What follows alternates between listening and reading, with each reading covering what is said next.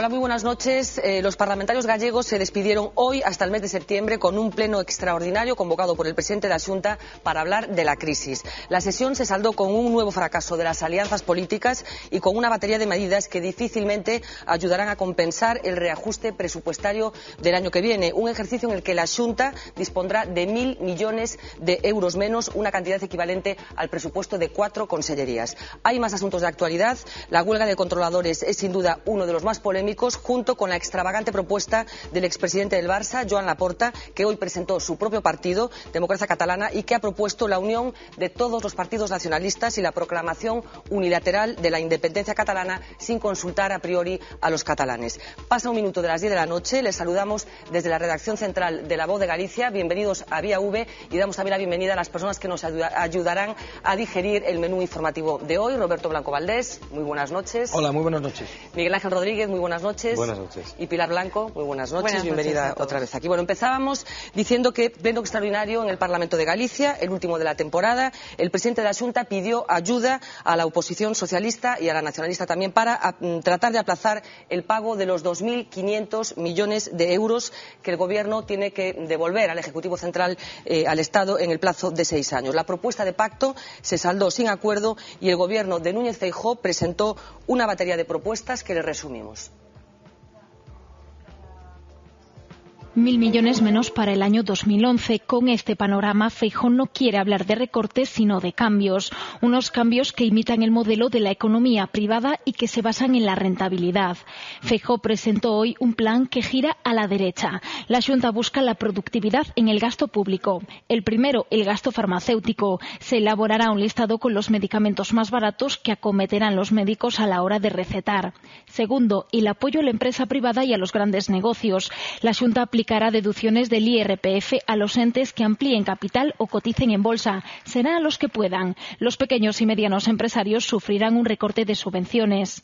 Ante la dificultad para endeudarse, Feijóo propone construir infraestructuras con fórmulas de financiación de pagos aplazados que obligan a la Xunta a abonar intereses durante décadas a las empresas que asuman los proyectos. Así se hará en el Hospital de Vigo y Pontevedra o en la polémica autovía da Costa da Morte. También el Gaiás contribuirá a reducir la crisis. Su sótano albergará la tecnología administrativa de la Xunta. Los bajos serán la parte más productiva de la Cidade da Cultura y supondrán un ahorro de 2,5 millones al año en alquileres. El método, ambiciosa prudencia y colaboración de los grupos parlamentarios. Es el primero de los esbozos del próximo presupuesto. El debate va para largo. Bueno, les recuerdo que pueden, como siempre, participar en directo en este debate a través de las vías habituales, enviando un SMS al 25522 y, si no, dejando sus mensajes en nuestra página de Facebook y, si no, en nuestra dirección de correo electrónico. Este era un poco el resumen de lo que acontecía esta mañana en el Parlamento. ¿En qué situación financiera está Galicia? Bueno, pues la situación financiera, yo creo que es la situación financiera general, es una situación muy complicada. Complicada, en primer lugar, como consecuencia de la disminución de ingresos fiscales de todas las administraciones públicas. Complicada, en segundo lugar, aunque yo no sabría calcular, no sabría hablar de cuál es el monto, qué importancia tiene desde el punto de vista cuantitativo, en la reducción presupuestaria que anuncia el presidente, como consecuencia del nuevo sistema de financiación de las comunidades autónomas, que ha afectado a Galicia y que va a suponer unos menores ingresos fiscales, unos menores ingresos, esto para Galicia sin duda alguna, ¿no? Una menor transferencia de partidas, ¿no?, presupuestarias. Y como consecuencia de la necesidad de devolver esos 2.500 millones de euros, que es un montón de dinero. La situación es que el presupuesto es un presupuesto con 1.000 millones de euros menos, que dicho en euros parece menos, sí, pero que dicho en pesetas son 160.000 millones de pesetas, que es un montón de dinero de las antiguas. Sí, a lo mejor es bueno que es el presupuesto de 4 consellerías, nos damos un poco... El presupuesto de 4 consellerías, no de las 4 consellerías que más dinero gastan, pero sin duda alguna. Yo creo que la situación es una situación muy complicada, pero que, esta es la situación. Es decir, que lo que no se puede es hacer política diciendo que la situación es muy complicada y luego actuar presupuestariamente como si la situación no fuera tan complicada. Es muy complicada y, lógicamente, algunas de las medidas habría que ir pormenorizándolas, pero en fin, algunas de ellas, por ejemplo, el tema del gasto farmacéutico, pues es una medida indispensable que había que haber tomado hace mucho tiempo. en relación con la receta de genéricos o con... Es decir, que hay medidas de ese estilo que son absolutamente indispensables para disminuir el gasto corriente, porque no se soluciona la cosa quitando 5 direcciones generales. No es la forma de solucionar los problemas que tenemos, ¿no? Hablaremos después de esa posibilidad de adelgazar estructura administrativa, pero Pilar, una primera aproximación. Sí, pues igual, ¿no? O sea, yo creo que esto es el fiel reflejo un poco de la situación general, ¿no? Esto yo creo además que era una crónica anunciada, ¿no? O sea, que era inviable que el presupuesto no sufriese absolutos recortes. La cuestión aquí también es la situación del pacto de estabilidad que cumple Galicia, ¿no? Yo creo que eso también tiene que verse reflejado, ¿no? Con respecto a otras comunidades que realmente no están cumpliendo ese pacto de estabilidad, ¿no? Y ahí yo creo que el gobierno de Galicia y el gobierno de Feijóo ahí tienen que hacer un pulso importante, ¿no? Y unirse al resto de... Luego pedirán que le saquen las castañas del fuego, las que no lo cumplen, y cuando estén endeudadas hasta el pescuezo, pedirán al Estado que esto transfiera fondos para... Sí, pero fíjate que es cierto que es un reflejo de la realidad financiera y económica que está atravesando el país, y no solo el país, pero también es el reflejo de una política tardía y hecha con una timidez asombrosa en estos momentos, porque la herida de la financiación autonómica no ha terminado de cerrarse. Se cerró en falso un modelo de financiación autonómica que venía ya retrasado de una legislatura, y estamos padeciendo las consecuencias de no haber cerrado bien en ese momento. Como no se tomen medidas a tiempo, en realidad hemos pasado de la austeridad a la necesidad, ¿no? Es decir, venían tiempos austeros, no se tomaron a tiempo las medidas y lo profundas que lo requería la situación, y estamos en una situación de necesidad. Estamos hablando de la administración autonómica. Veremos cómo aprueban los concellos sus presupuestos, concellos que no tienen dinero ni para pagar las nóminas. Sí, bueno, La Voz de Galicia publicaba estos días, ¿no? La lista de ayuntamientos que ya no tienen capacidad en estos momentos para gestionar el día a día. Entre otras cosas porque los ayuntamientos vivían en gran medida de las subvenciones y de las transferencias de fondos que hacía la administración central y las administraciones autonómicas. Es decir, que los ayuntamientos han tenido una caída de sus ingresos fiscales absolutamente espectacular, y hay una caída, se anunciaba, ¿no? Las subvenciones. La situación es muy complicada, y lo honesto es decirle a los ciudadanos que es muy complicada. Y efectivamente tienes razón, Miguel, hemos tomado las medidas muy tarde, con mucho retraso, y las medidas están siendo pues todo lo graves que... Sí, las empresas lo van a pasar mal también, ¿no? Yo creo que este recorte de la línea del recorte de subvenciones que se ha planteado... Bueno, hay una medida anunciada que yo creo que tampoco ha pasado un poco desapercibida, que es esa decisión de Fomento de hace unos días de suspender toda la obra pública de las grandes infraestructuras, que eso va a tocar muy seriamente, supongo, a las grandes constructoras de este país, por ejemplo, ¿no? O sea, el año que viene... Sí, lo que pasa es que yo creo que tenemos que acostumbrarnos a que el modelo de funcionamiento, sobre todo en las inversiones públicas que veníamos arrastrando desde hace unos años, no sirve. Hay que hacer nueva. Yo creo que hay que gobernar con mucha imaginación. Hay medidas de libro que hay que tomar y que seguramente es posible que se hayan tomado tarde, pero que había que tomar.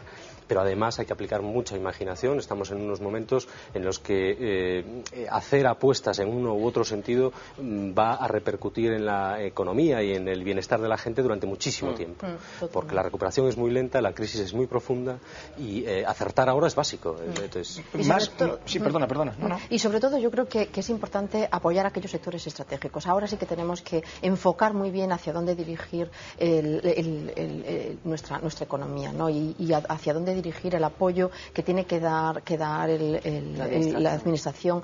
Es importante, es muy importante. Yo creo que ahora más que nunca hay que apostar por aquellos sectores estratégicos, en nuestro caso en Galicia, que son los que realmente tienen potencial para ayudarnos a salir de la crisis, ¿no? Yo creo que el dar para todos y la mano abierta para todos, yo creo que eso hay que empezar a ver cómo lo acotamos un poco, y vemos que hay ciertos sectores que realmente nos van a ayudar a potenciar nuestro territorio. ¿Qué nos ha estado haciendo? Bueno, dime. No, iba a decir que en esa línea, ¿no? Hay un problema además, yo coincido absolutamente con lo que dices, ¿no? Con lo que decís, hay un problema además muy complicado, y es que todos los informes económicos de organizaciones internacionales pronostican que España va a salir más tarde de la crisis, y lógicamente el salir más tarde no es solo un problema de salir más tarde, de sufrir por tanto más tiempo la crisis, es que quien salga más tarde estará colocado en mucha peor posición en el ámbito de la competencia internacional, de la competición internacional en términos económicos, empresariales, etcétera. Este es uno de los grandes desafíos. Y otro de los grandes desafíos, algunas de las medidas van en esa línea, pero yo creo que esta es una reflexión que no se ha hecho con seriedad, es que tenemos que cambiar la cultura administrativa. Es decir, hay cosas que no se pueden seguir haciendo como se venían haciendo, hay que cambiar los hábitos de la administración pública, de las administraciones públicas. Tenemos una administración pública muy grande, que no es el problema tanto que sea muy grande como que es muy ineficiente en muchos... Y muy grande también. Muy grande también, pero bueno, no es más grande que la de otros países que funciona mucho mejor que el nuestro.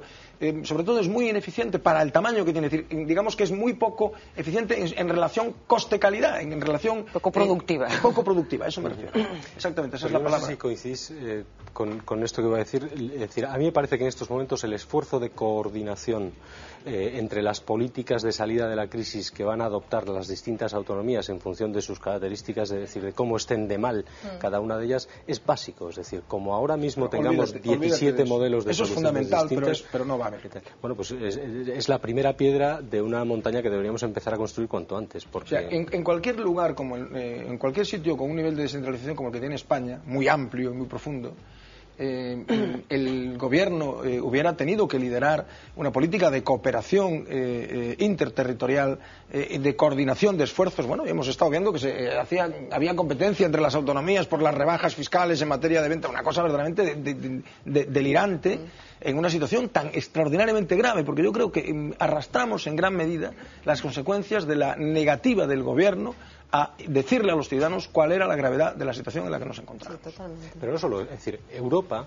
marca unos objetivos y castiga a los países que no cumplen esos objetivos. Si quieres estar en Europa, tienes que seguir unas normas.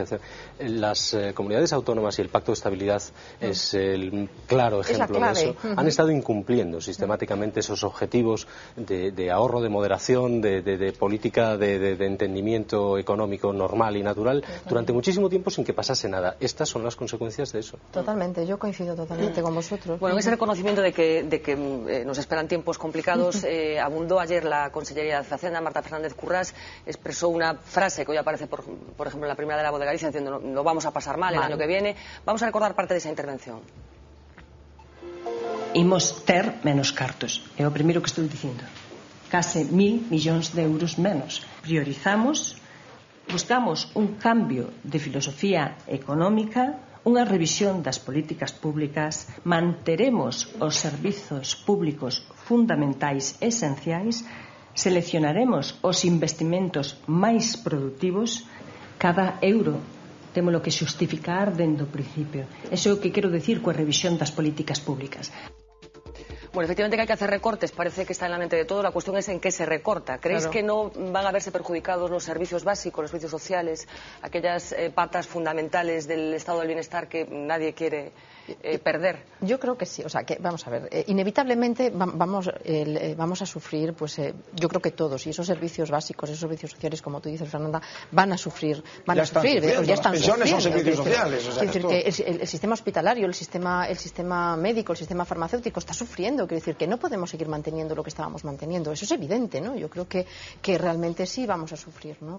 ¿Qué ocurre? Que yo creo que también necesitábamos hacer un ajuste. Yo creo que ha habido situaciones también, y no sé si coincidís conmigo, pero que no estaban bien planteadas o que no habían estado bien planteadas y que ahora sufrimos unas ciertas consecuencias de ese mal planteamiento. No digo tanto en los servicios sociales, pero en otra serie de servicios paralelos a los servicios sociales sí hubo políticas que no estuvieron bien planteadas. Vamos a ver, yo creo que... Y que hubo un cierto... Sinceramente, que hubo un cierto derroche y que hubo un cierto despilfarro en ciertas cuestiones que yo creo que hay que ser más inteligentes y hay que trabajar con criterio. Hay que plantear con valentía, es decir, que una cosa es que se mantenga el gasto farmacéutico, es decir, que se mantenga la prestación de servicios farmacéuticos, que es básica. Otra cosa es que racionalicemos. Y otra cosa es que se racionalice el gasto. Es decir, que yo creo que el objetivo fundamental es no tocar los servicios que se prestan a los ciudadanos en la calidad del servicio que se presta a los ciudadanos. Es decir, yo creo que el servicio sanitario, y cuando digo el servicio sanitario me refiero también al farmacéutico, las prestaciones básicas en algunas materias deben de no tocarse, ¿no? Pero hay que racionalizar eso. Es decir, esto es absolutamente indispensable. Yo creo además que ¿Qué es lo que se va a ver afectado? Se va a ver afectado el gasto en inversión. Esto es absolutamente evidente. El gasto en inversión se va a ver afectado, lo cual tiene además el problema de que se ve afectado el gasto en inversión y por tanto el gasto es gasto productivo, es gasto que genera. Esto es... En fin, es así. Es la panorama desolador. El panorama es malo. Yo creo que en cualquier caso la consellera ha hecho bien en decir que el año que viene lo vamos a pasar mal, pero yo creo que la realidad es que lo estamos pasando mal igual lo vamos a pasar peor. Las medidas de ajuste no son un criterio de gobierno, son una necesidad. Por eso decía que pasábamos de la austeridad a la necesidad. No es posible repartir. La Xunta maneja 11.000 millones de pesetas este año de presupuesto. El año que viene van a ser 10.000. Por primera vez en mucho tiempo estamos rebajando el presupuesto de la autonomía. Eso nos lleva a un ajuste muy importante en una sociedad en la que además cada vez hay más parados y no hemos detenido la sangría del paro. No hemos conseguido detener. Y es el problema esencial, el fundamental, el básico, es el pilar sobre el que se tiene que sustentar el levantamiento de la economía. No lo hemos conseguido arreglar, por tanto, claro que vamos a sufrir.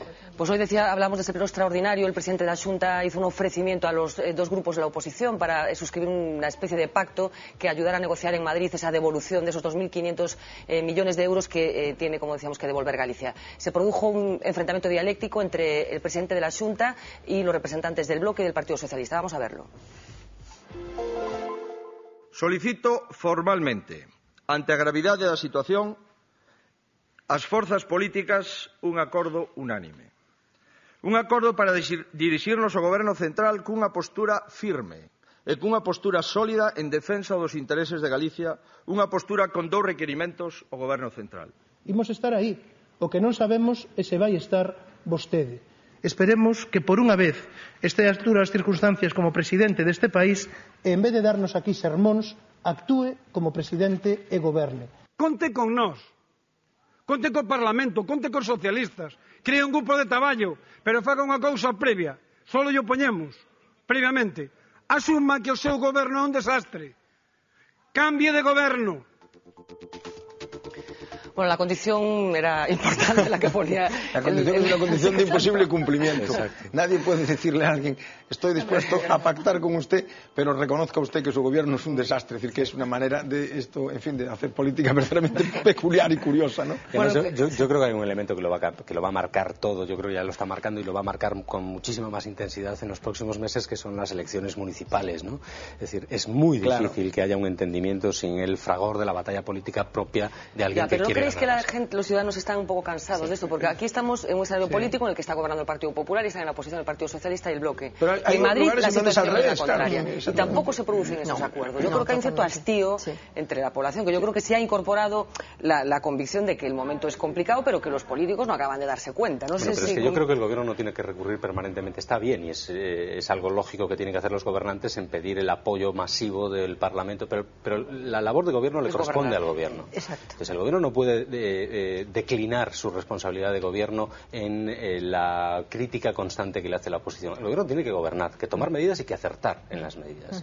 Y este gobierno, a diferencia del gobierno central, tiene una mayoría absoluta que le permite tomar decisiones y hacer decisiones. Yo coincido Eso es lo que tiene que hacer. Bueno, es cierto que el apoyo que pedía, por lo que hemos visto, ¿no?, el presidente, era a efectos, el presidente de la Xunta me refiero, era a efectos de, digamos, mantener una posición firme, pidiendo, en fin, que reforzara la negociación en Madrid. Un retraso, en fin, no sé cómo formularlo, en el pago de esa deuda, ¿no? Yo también comprendo que los teléfonos estarán a todo meter y que probablemente desde el gobierno estarán llamando a sus partners aquí del Partido Socialista, si os ocurra apoyar eso, ¿no? En cualquier caso, aunque efectivamente hablamos de esa condición de imposible cumplimiento que planteaba el secretario general de los socialistas gallegos, ¿qué opináis del gobierno de Feijóo? Bueno, si me permitís, bueno, yo creo que en ese sentido necesitamos que se tomen medidas y medidas, yo creo que importantes, ¿no? Yo me gustaría comentar una cosa que, bueno, lo hemos comentado hace un momento cuando estábamos fuera, y es que la Unión Europea ha aprobado en los presupuestos un 12% a mayores el próximo año en temas tecnológicos, en temas de investigación y en temas de innovación. Cuando fuera y en la Unión Europea está apostando por esos temas, ¿por qué en Galicia? Y en el resto de España, pero ¿por qué en Galicia no estamos apostando por la innovación, por los temas técnicos, por la tecnología, y por qué no estamos trabajando los temas que realmente son importantes para salir de la crisis? La pregunta. Y en ese sentido, pero si intento contestarte, yo creo que ahí el gobierno de Feijóo tiene que trabajar muchísimo más, tiene que trabajar sus políticas con las empresas, tiene que trabajar su política de innovación, tiene que trabajar su política tecnológica. Y yo creo que hasta la fecha no ha habido políticas claras y políticas eficientes en estos temas, ¿no? Roberto. Vamos a ver, yo creo que el primer año de gobierno ha estado consumido básicamente en torno a una agenda que tenía dos grandes patas, que era el tema de las cajas y el tema del decreto del gallego. No porque esos temas fueran más importantes, el de las cajas sí, no porque el segundo tema fuera tan importante como otros, pero sencillamente porque tenía un impacto político muy profundo. Y yo creo que el presidente ha resuelto con notable esos dos temas. Y a partir de ahora, es decir, el año que viene va a ser un año distinto para la Xunta. Es decir, yo creo que el año que viene va a ser un año en donde la Xunta va a tener que responder, el gobierno de la Xunta va a tener que responder de lo que ya tienen que responder los gobiernos autonómicos y de lo que está teniendo que responder el gobierno central, que es de qué está haciendo para efectivamente enfrentar la crisis económica. Es decir, de qué políticas activas están impulsando para enfrentar la situación de crisis terrible en la que nos encontramos. Y yo no sé si para esa labor el gobierno tiene en estos momentos los mimbres necesarios, o si sería conveniente que el presidente pensase que a la vuelta del verano quizá le vendría bien que dictasen una sentencia diciendo que no cumple la cosa esta de la paridad esta famosa, porque en fin, son 6-4, porque esto le permitiría, ya que el Pisuerga pasa por Valladolid, aprovechamos que tenemos que cambiar y ya. No, él en la cabeza debe tener a alguien, porque en la entrevista que le hicimos aquí ya insinuaba no creo yo que le viniese él y a lo mejor mal. los demás también. Casi todos que te dijo en la entrevista, ¿no? Que yo creo que la debilidad, hay una debilidad, no tanto en el equipo, en alguna parte del equipo económico. Yo creo que la consellera de Economía en concreto es de las personas con más peso específico y que está ahí, pero hay otra parte del equipo económico que es un poco hacia donde yo dirigía mi conversación. Tiene que mejorar una parte. Os falta poner el nombre solo. Bueno. Yo sí creo que el Partido Popular se presentó a las elecciones con un programa muy centrado en la austeridad y subrayando mucho la crisis. Creo que ha sido pionero en la... Haya cumplido, Claro, yo creo que ha sido pionero en la toma de algunas decisiones en el recorte de consellerías y en otras muchas acciones de tipo económico, de tipo financiero, de carácter casi ordinario, que han estado bien.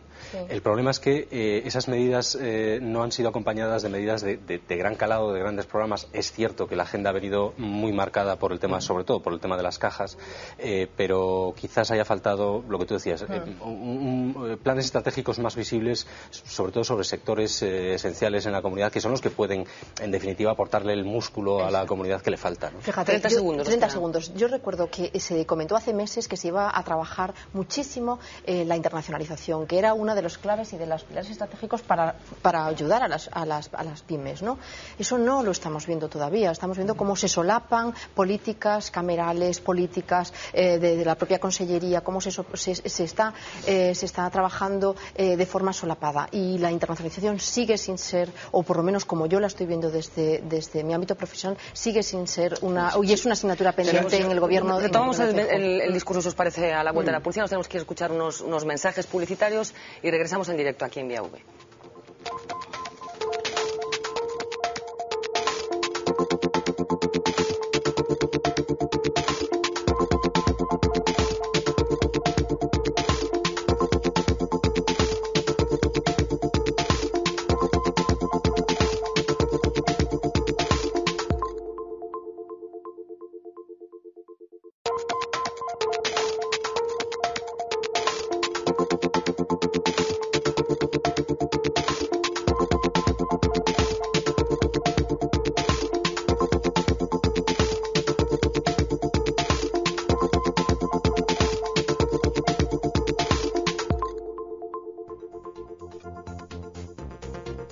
Pasan 31 minutos de las 10 de la noche, continúan en directo aquí en Vía V. Escuchábamos hace unos instantes a la consellera de Facenda, Marta Fernández Currás, hablando de ese recorte presupuestario grave, acusado, que se va a producir el año que viene. Después de esa intervención, Currás negaba la posibilidad de que se produzca un cambio en las consellerías, una reducción de consellerías, que es una de las propuestas que se ha escuchado no solamente aquí en Galicia, sino también en el Gobierno central. Vamos a recordar un poco cuál es la estructura por la que apostó Núñez Feijóo cuando llegó a la presidencia de la Xunta. Un gobierno 10, unido y sin personalismos.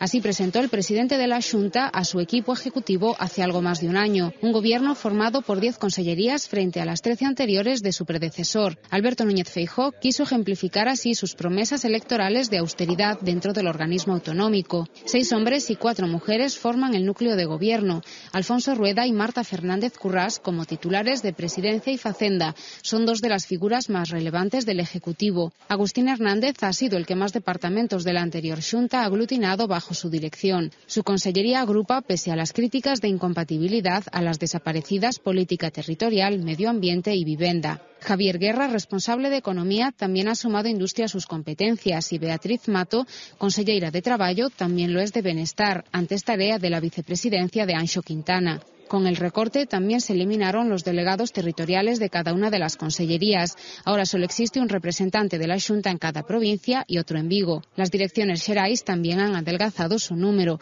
Alfonso Rueda reúne bajo su departamento a las de Administración Local o Xustiza y la presidencia de la Xunta agrupa a 6 secretarías xerais, entre ellas Igualdade y Deporte. Sin embargo, la oposición ha tildado de cosméticas estas medidas. Dicen que aunque se suprimen cargos territoriales, estos están mejor pagados y el ahorro no será tan elevado como se ha anunciado. Ese intento de adelgazar la estructura de la administración, estamos hablando de la administración autonómica, ha salido aquí otras administraciones como la local, parece que hay una convicción de que este es un aparato que no podemos mantener, pero ¿creéis realmente que los políticos han interiorizado esa necesidad? O sea, estamos en el momento de que se aborde con seriedad ese adelgazamiento que todo el mundo coincide que tiene que producirse en la administración. Es que yo creo que aquí hay otra cuestión, o sea, cuando hablamos de adelgazar la administración, ¿de qué estamos hablando? ¿De adelgazar el número de puestos políticos, de direcciones generales, de consellerías, o es que nuestra administración está muy llena de personal, de funcionarios, de una administración muy cargada de personal, y es realmente porque si adelgazamos las consellerías, ¿qué hacemos con todo el equipo que está detrás y de todo el equipo personal que está detrás de cada consellería o de cada dirección general? ¿También lo eliminamos o realmente lo recolocamos, lo reubicamos para que ese personal siga manteniéndose dentro de la administración? Yo creo que de verdad lo ideal sería cuesta optimizar, ¿no? Claro, pero es que hay medidas de optimización que son absolutamente evidentes y que no se van a abordar, y menos en una coyuntura de elecciones locales. Lo hemos dicho aquí, lo hemos dicho en Vía V en varias ocasiones. 8.000 municipios es un despropósito. Es un despropósito. 315 en Galicia es un despropósito absoluto. El otro día, no sé dónde leía o oía un estudio que hablaba de que aplicada la reducción que se ha aplicado en algún otro país, no sé si en Grecia, que quedarían en 50 los 315 que tenemos, ¿no? Bueno, eso es una tarea absolutamente indispensable. Pero yo no veo que los políticos, primero, porque electoralmente tiene un coste. Fíjate, yo la impresión que tengo además lo que pasa que también es una oportunidad histórica, es decir, no hacerlo en estos momentos sería cometer un error muy importante, porque las crisis tienen la obligación para los gobiernos de tomar medidas importantes, pero también la obligación de buscar oportunidades, y la oportunidad para abrir ese debate es ahora, porque ahora la gente digamos que no tiene ningún problema para reconocer esa necesidad. Está receptiva, en ese sentido. Claro, entonces, yo creo que abrir tranquilamente ese debate con todo el coste político que traiga para quien lo abra, quien lo desarrolle y quien lo culmine es una necesidad imperiosa. Estamos en el momento oportuno para hacerlo. No hacerlo sería un error. Totalmente. Además, claro, ¿qué es lo que...? Porque el problema es que hemos de abrir el debate no solo el municipal, sino considerar, ¿hace falta menos policías? No hacen falta menos policías. ¿Hacen falta menos médicos? No hacen falta menos médicos. Hacen falta más médicos. O sea, cuando decimos de adelgazar, hay que adelgazar en unos sitios y hay que aumentar en otros. Sí. Hay que aumentar en otros. No hace falta menos policía, no hacen falta menos médicos. No hace falta un Ministerio de Sanidad cuando está todo transferido, por ejemplo. Hacen falta 17 en valedores, no sé si hay 17, pero en fin, oficinas las comunidades autónomas se han construido a imitación de la administración central, con una, digamos, política de imitación, de reproducción del esquema de la administración central, con todos los vicios y con todos los defectos de la administración central. Por lo tanto, el problema de la reforma administrativa no es el de cortar solo, no es el de cortar donde hay que cortar, es el de hacer eficiente lo que hay que hacer eficiente, es el de aumentar donde hay que aumentar, porque hay sitios donde hay que aumentar, porque es evidente que la administración sanitaria no va a ser capaz de hacer frente a la demanda sanitaria, porque hay 4 o 5 millones más de personas con el el mismo aparato sanitario demandando servicios sanitarios que además hay que prestárselos y por tanto es perfectamente obvio que hay lugares en donde la administración tiene que crecer. Lo que no tiene sentido es que crezca de manera, digamos que crezca a impulsos puramente electorales. Esto es lo que no puede ser, ¿no? Esto es lo que no puede ser. Y sobre todo introducir criterios de eficiencia de los que siempre se habla pero que nunca se aplican en las administraciones públicas. Es decir, las administraciones públicas, como las empresas, deberían cumplir objetivos de eficiencia y revisar cada tiempo prudencial, sea anualmente o bianualmente, el cumplimiento de esos objetivos para poner medidas que nos encaucen en un camino lógico. Lo hacen las empresas y lo deben hacer. El mapa de descentralización universitaria es un tema que ya está hecho y como ya está hecho, pues ya está, ¿no? Pero el mapa de la descentralización universitaria en Galicia, que es en lo que ha ocurrido en toda España, es decir, en España se han ido creando facultades en gran medida en función de las presiones políticas de los presidentes de diputación y de los alcaldes. Hay facultades de derecho. Lo hablábamos aquí con los rectores. Lo hablamos con los rectores, pero no parece que esto vaya. En Galicia somos especialistas, además, en hacer este tipo de cosas para satisfacer las demandas territoriales del varón de turno. Del varón de turno, así se ha hecho. Así ha crecido a impulsos. Esto es lo que no tiene sentido y lo que es absolutamente increíble. Yo creo que aquí lo que hay que hacer es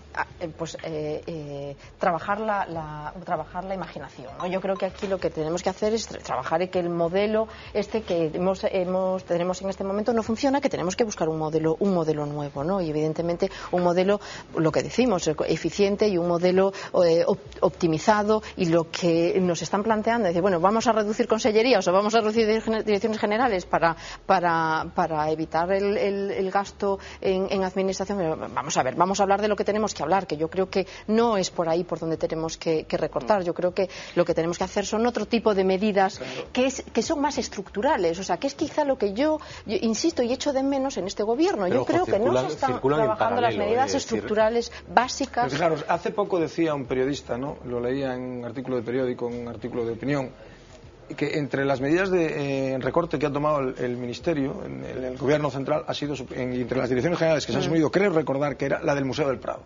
Sí, hombre, es una de las mejores pinacotecas del mundo. Sí, de las mejores pinacotecas del mundo, con la importancia que tiene el Museo del Prado como elemento estratégico desde el punto de vista.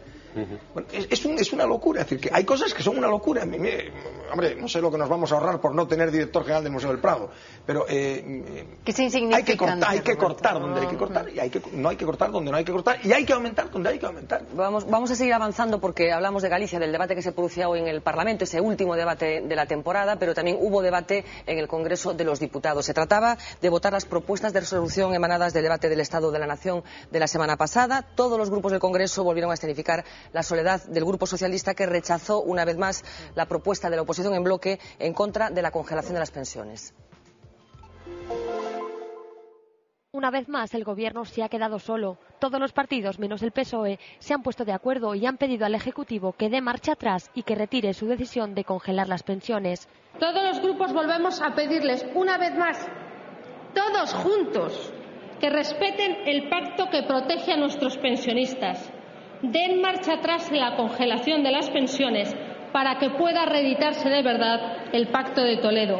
Se han aprobado 5 resoluciones en este sentido y es ya la cuarta vez en 2 meses que todos los grupos se unen para pedir que se respete el Pacto de Toledo. Pero parece que esta unanimidad no hará Zapatero cambiar de idea.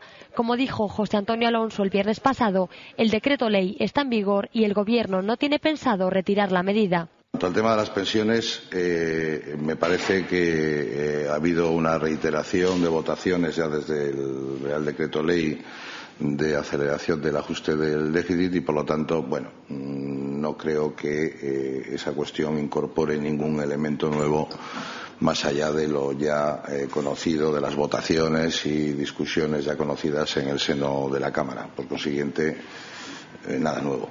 Todos los grupos han expresado también su oposición a que se aumente la edad de jubilación. La congelación de las pensiones es una de las medidas más polémicas del plan de ajuste aprobado en el mes de mayo. Este decreto salió adelante por un solo voto y gracias a la abstención de CiU, Coalición Canaria y UPN. Bueno, vais a permitir la vulgaridad, pero escuchando a Alonso es que me acuerdo de esa frase infantil que se habla cucurucho que no te escucho, o sea, da igual, ¿no? Cucurucho que no te escucho, sí, sobre todo cuando cucurucho es el Congreso de los Diputados, no, hombre, no parece irrelevante. Que decir, ese ajuste de las pensiones o recorte de las pensiones fue colado en medio de un plan de ajuste y fue aprobado precisamente porque iba en medio de un gran paquete contra el que, por un solo voto, no consiguieron derribarlo, ¿no? Un país que para salir de la crisis tiene que retirarle dinero a sus mayores, es un país que da vergüenza. Dramático.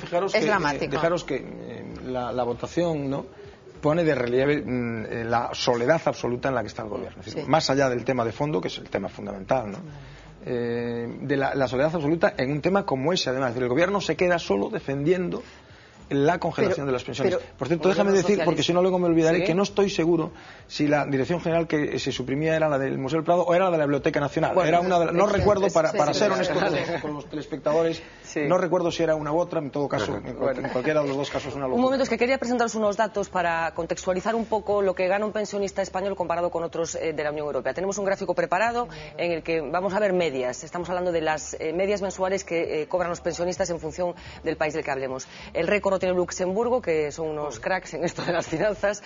La pensión media está en 1.592 euros. A continuación está Noruega, con unas pensiones medias de 1.053 euros. Austria, que rondan los 950 euros. Alemania está a continuación en cuarto lugar, con 793 euros de pensión media. España se situaría en este punto con 614 euros de media de pensiones. Reino Unido está peor que nosotros, con 587 euros de media. Y finalmente Grecia en la cola con 474 euros de media. Este es un poco el panorama que se vislumbra en Europa. No parece que España tenga un problema con sus pensiones. Pero hay un problema añadido, es decir, en muchos de esos países, y Reino Unido desde luego es uno de ellos, hay una cultura establecida de que la gente a medida que va trabajando sus inversiones también, totalmente, en fondos de pensiones, en complementos, digamos. Sus planes de pensiones. España no tiene ese modelo porque no tiene esa costumbre, porque no tiene esa cultura. Por lo tanto, es doblemente grave que aquí cobren esto. Y eso es una media. Es decir, esa es la media, la mayoría de las viudas tiene esa cultura porque los salarios son más bajos y el ajuste no permite tampoco a la gente hacer planes de pensiones. ¿Por qué creéis que un gobierno socialista decide tomar esta medida? Porque parece que tampoco desde el punto de vista financiero vaya a suponer que le resuelva el problema de la crisis. O sea, ¿por qué esta torpeza? ¿Por qué deciden colar esta medida que no va a tener más que un coste muy grave para ellos? ¿Por qué lo hacen? Yo creo que es una medida a la desesperada, pero sinceramente, o sea, creo que es una medida totalmente desesperada, porque y lo vemos cuando se quedan solos, o sea, cuando plantean esto en el Parlamento y se quedan solos, es que es una medida a la desesperada, pero como muchísimas otras. ¿Por qué? Porque no se están trabajando los problemas de fondo, ¿no?, sino que se están trabajando los problemas cuando ya están en el ambiente, ¿no? O sea, yo creo que romper este gran pacto que habíamos mantenido hasta la fecha, me parece el mayor de los despropósitos que puede hacer un gobierno. Yo no sé si desde el punto de vista legal, en fin, que se puede hacer legalmente, seguro que se puede hacer porque lo han hecho, ¿no? Y no sé si... Pero efectivamente yo creo que es por una parte una política a la desesperada que demuestra la incapacidad absoluta del gobierno para prever nada. Es un gobierno... La metáfora del gobierno que huye de sí mismo, es decir, es una especie de gobierno huyendo de sí mismo, ¿no? Que por una parte yo creo que esto, que además lo coloca en una posición muy grave. Yo no sé qué hubiera ocurrido, ¿no?, si en la Cámara de los Comunes hay una votación mayoritaria en contra del gobierno. Aquí no tenemos ese hábito parlamentario, ¿no?, pero normalmente cuando el gobierno pierde una votación parlamentaria importante, y esta no es una votación parlamentaria irrelevante porque afecta a millones de personas. Es el único pacto de Estado. Es el único pacto de Estado que hay, efectivamente, en el que participaba todo el mundo. Yo no sé que esto se despache como lo ha despachado Alonso, que por lo demás yo es una persona hacia la que siento simpatía porque creo que es un hombre sensato y un hombre, en fin, razonable siempre, ¿no?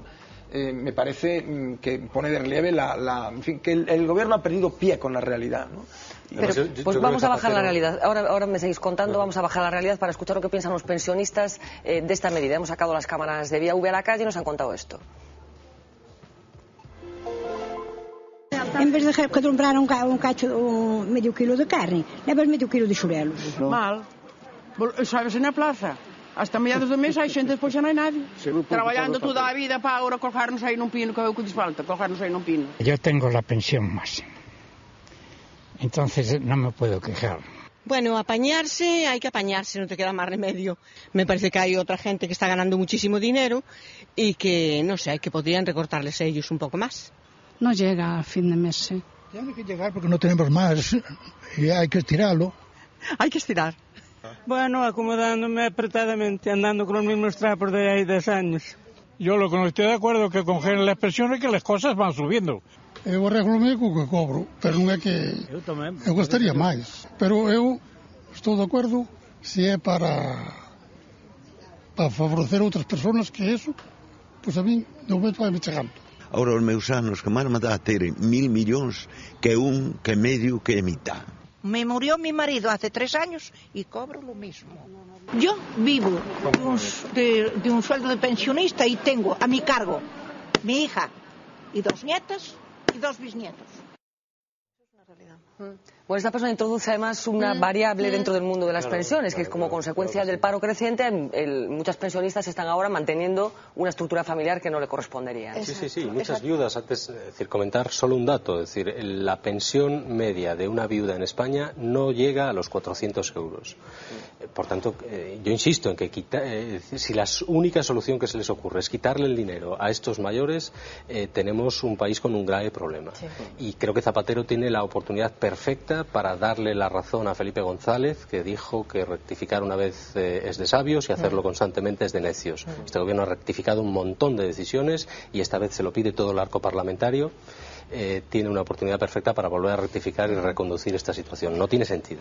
Yo vuelvo a lo mismo, me parecen políticas a la desesperada. Yo creo que, una cosa de este tipo es inviable y lo que comentábamos hace un momento, que el nivel de resignación que tiene el entorno, pero ¿en qué mundo estamos viviendo? No podemos resignarnos a esta situación que realmente es dramática. ¿Cómo le vas a reducir la pensión a la gente que menos tiene? Pero vamos a ver, ¿qué políticas estamos planteando o qué políticas están planteando? Porque ese famoso impuesto sigue sin presentarse, ¿no? El famoso impuesto a las rentas más altas se ha hecho lo más fácil, que es sacar la pasta de donde está. Claro. Pensionistas, funcionarios, y se ha hecho lo sencillo y lo rápido, ¿no?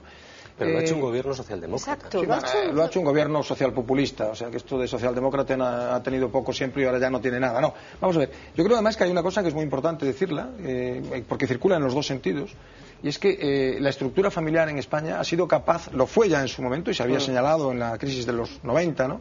Y lo va a seguir siendo ahora en gran medida, de soportar situaciones que de no haber esa estructura familiar, que no existen en otros lugares, esto sería una auténtica intifada popular. Sí. ¿Por qué? Pues porque por un lado hay la pensionista, esa pensionista que tiene a la hija y a los nietos, decía que a los bisnietos también, y que con la pensioncilla va aguantando, pero por otro lado hay los miles, cientos de miles de pensionistas que viven no con su pensión, sino con su pensión y el dinero que les dan sus hijos, que son los que pagan esto, una buena parte de sus gastos, porque con la pensión sería imposible literalmente vivir, y por tanto es esa estructura familiar que está soportando.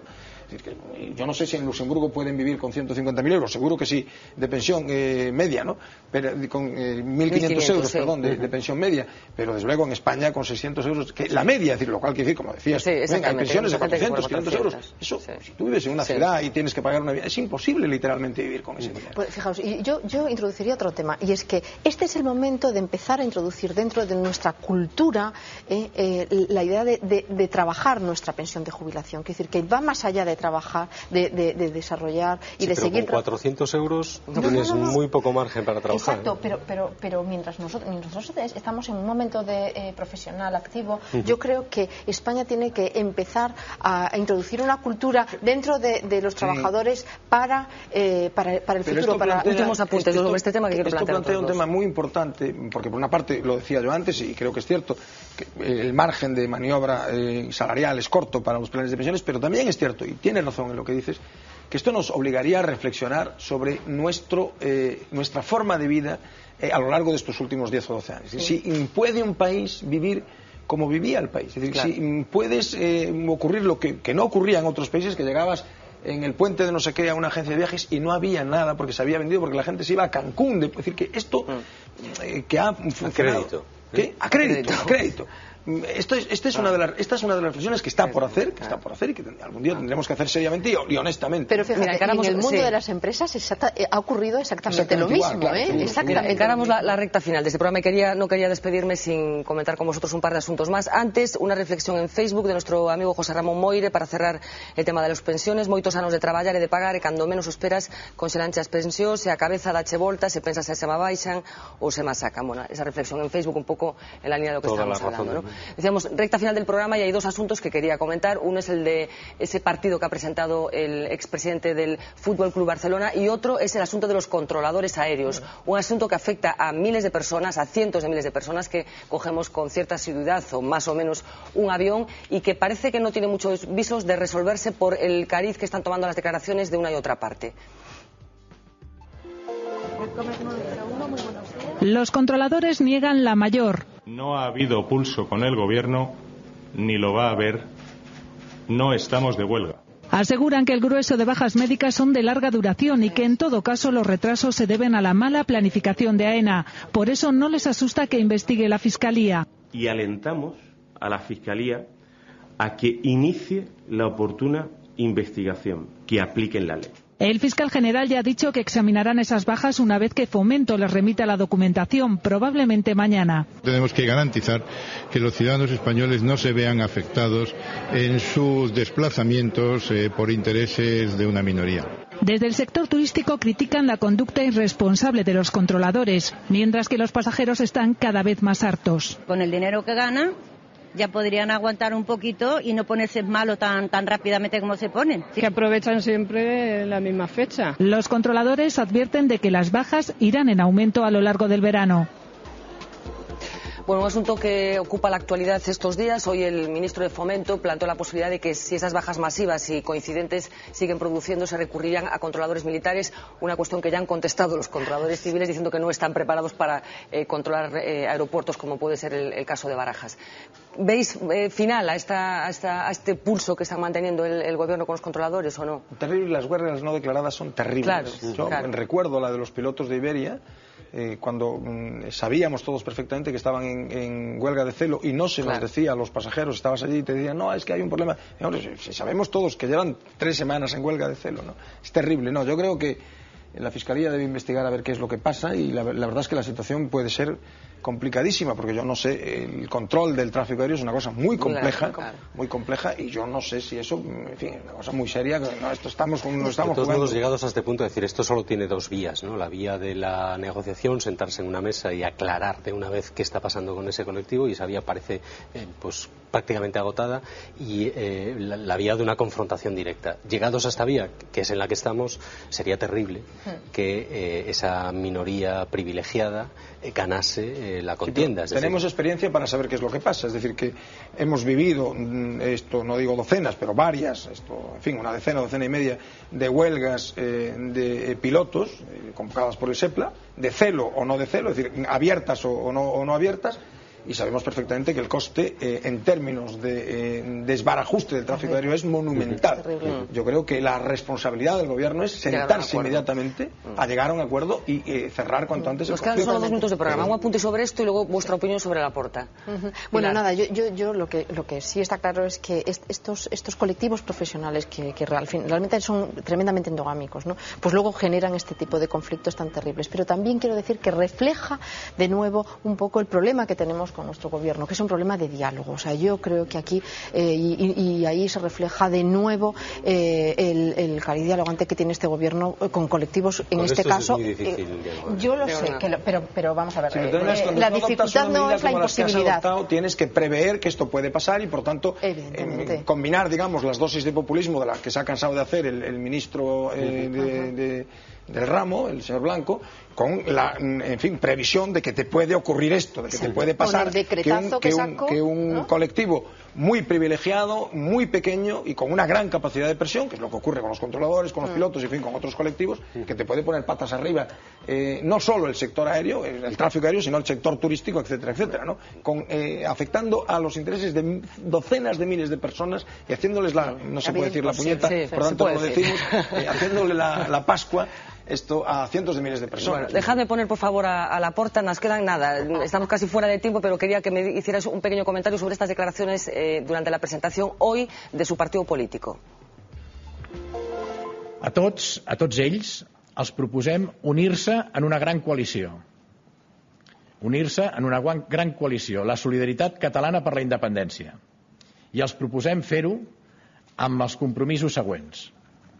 Presentar una candidatura unitària a les properes eleccions al Parlament de Catalunya amb el compromís de proclamar la independència i de sotmetre-la a referèndum a la propera legislatura. Bueno, estas eran las declaraciones de Laporta. Por favor, os pido, 15 segundos para una valoración de urgencia, nada más. Miguel, empezamos contigo. Yo, las ansias de independencia de Cataluña siempre me despiertan una duda. Que yo sepa, la soberanía nacional no está transferida a las autonomías, es una. Cuando esta gente habla de referéndum y de consultas populares, imagino que debería consultarse también al resto de ciudadanos españoles del que forman parte. Es decir, yo me recuerda a la familia Adams con la mano aquella que caminaba. Sí. Si mi mano derecha me pide la independencia, algo tendré que decir yo, que el cuerpo es mío, ¿no? Pilar. Bueno, pues yo me pregunto, la cantidad de parados que tiene que haber en Cataluña en este momento y la cantidad de empresas que lo están pasando más, ¿realmente este es el problema que tienen encima de la mesa o nuestros políticos, en este caso los políticos catalanes, están llevando la atención a otro lugar? Roberto, acabas tú.